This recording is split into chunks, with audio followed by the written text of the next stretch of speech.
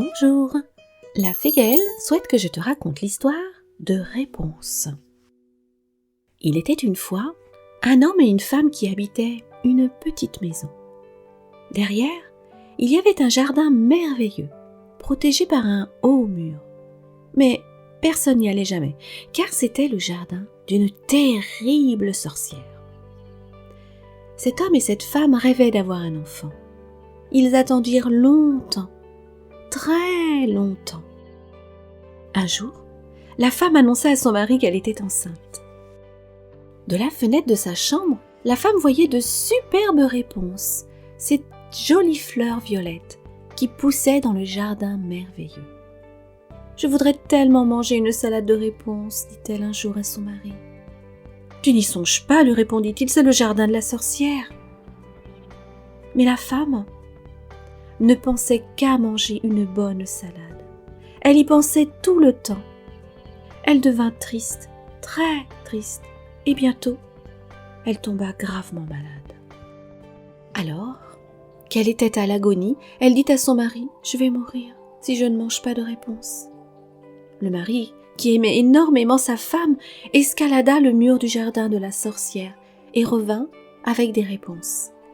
Sa femme se régala, mais le lendemain, elle eut encore plus envie d'en manger. Son mari escalada une nouvelle fois le mur pour aller lui en chercher. Mais soudain, une voix en colère lui dit « Comment oses-tu venir chez moi et me voler ?» C'était la terrible sorcière. Le mari implora la sorcière et lui expliqua que sa femme était malade et qu'elle rêvait de manger des réponses. « C'est bon, gana la sorcière.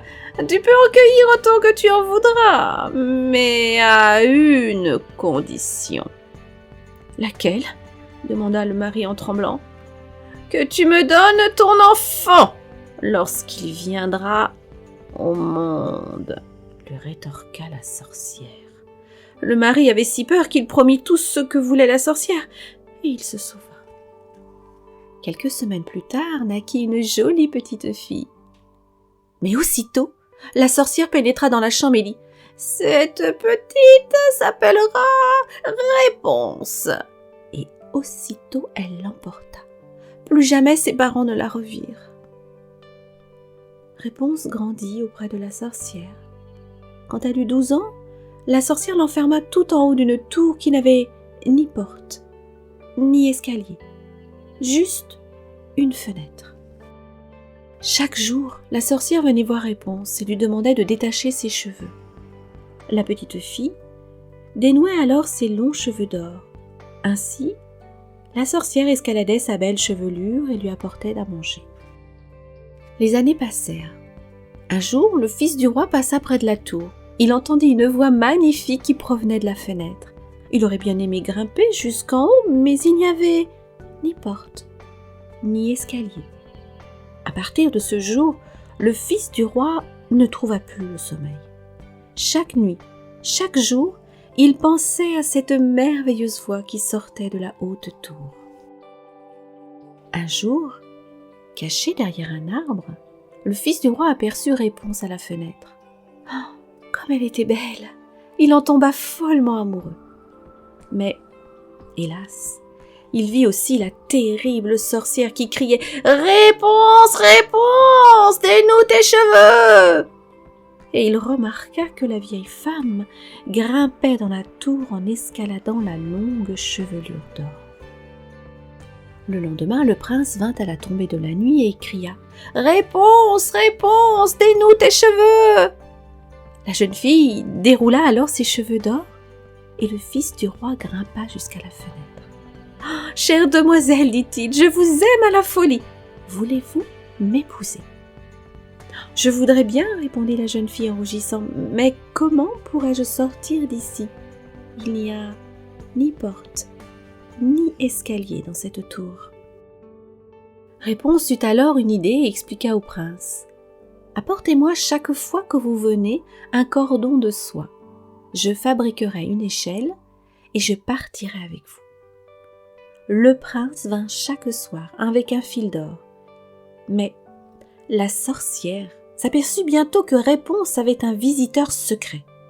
Elle entra alors dans une terrible colère et coupa la longue chevelure d'or de Réponse. Puis, elle abandonna la jeune fille dans un lointain désert. Quand la nuit tomba, le prince cria comme chaque jour « Réponse, Réponse, dénoue tes cheveux !» La sorcière déroula alors les cheveux d'or de Réponse. Quand le prince parvint à la fenêtre, la sorcière le poussa dans le vide. Il tomba du haut de la tour. Par chance, il ne se tua pas, mais il se blessa dans les buissons et il devint aveugle.